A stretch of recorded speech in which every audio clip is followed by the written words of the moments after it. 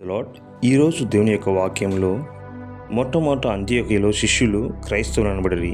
క్రైస్తవులు అనే పదము బైబిల్లో కేవలం 3 సార్లు మాత్రమే ఉపయోగించబడినది.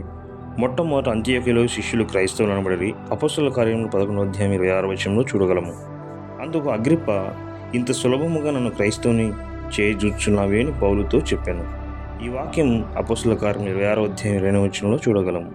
ఎవడైనాను క్రైస్తవునందుకు బాధ అనుభవించిండలా అతడు సిగ్గుపడక ఆ పేరును బట్టి దేవుని మహిమపరచవలను. ఈ వాక్యం 1 పేతురు 4:16 చూడగలము. క్రీస్తును కలిగి క్రీస్తును పోలి నడుచుకొనుచు క్రీస్తు కొరకు జీవించువారే క్రైస్తవులు. యేసు ప్రభు మన పాపముల కొరకు మరణించి 3వ దినమున మృత్యుంజయుడై లేచి పరలోకమునకు ఆరోహమైన తరువాత ఆయన శిష్యులు ఆయన అడుగుజాడల్లో నడుస్తూ ఆయన వలె ప్రేమ కనికరములు కలిగి పరిశుద్ధులుగా నీతిమంతులుగా జీవిస్తూ పాపులను వెతికి రక్షించు పనిలో, రోగులను కనికరించు స్వస్థపరచు సేవలో వారు సాగుట చూచిన ఇతరులు వీరు క్రీస్తును కలిగి ఉన్నారు, వీరు క్రీస్తును పోలి జీవించున్నారని గుర్తించి వారిని క్రైస్తవులు అని పిలిచిరి. అవును, క్రీస్తును కలిగి ఆయన పోలి నడుచుకున్న వాడే క్రైస్తవుడు. ఈనాడు క్రైస్తవులు అనే పేరుకు ఏమాత్రం లేకుండా పోచున్నది. ఆనాడు క్రీస్తును వెంబడించిన శిష్యులు క్రైస్తవులని పిలువబడరు, కానీ ఈనాడు బాప్తిసం పొందిన వెంటనే క్రైస్తవులమయ్యామని అనుకుంటున్నారు. మన భారతదేశంలో క్రైస్తవులు అంటే ఏదో ఒక తక్కువ జాతికి చెందిన వారినో, ఇతర దేశంలో మతంలోకి చెందిన వారినో తప్పైన అభిప్రాయము కలిగి ఉంటున్నారు. క్రీస్తు మతాన్ని బోధించలేదు, కానీ మార్గాన్ని చూపించాడు.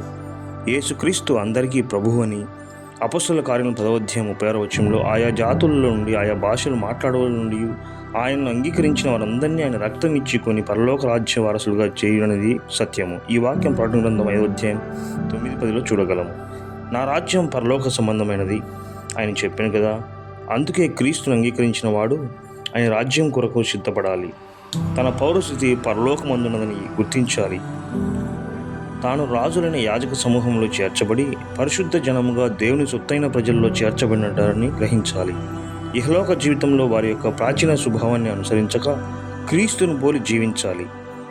అంతేకాకుండా క్రైస్తవునికి ఉండవలసిన కొన్ని ముఖ్యమైన గుణగణాలు చూచినట్లయితే, నిజ క్రైస్తవుడు నమ్మకస్తుడుగా ఉంటాడు. క్రైస్తవుడు పారదర్శకంగా ఉంటాడు. క్రైస్తవుడు జవాబుదారీగా లెక్క అప్పజెప్పవలసిన వాడిగా ఉంటాడు.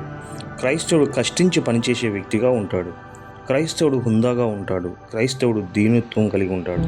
మరి ముఖ్యంగా క్రైస్తవుడు ప్రేమ కలిగి ఉంటాడని దేవుడి యొక్క వాక్యం ద్వారా తెలియజేస్తున్నారు.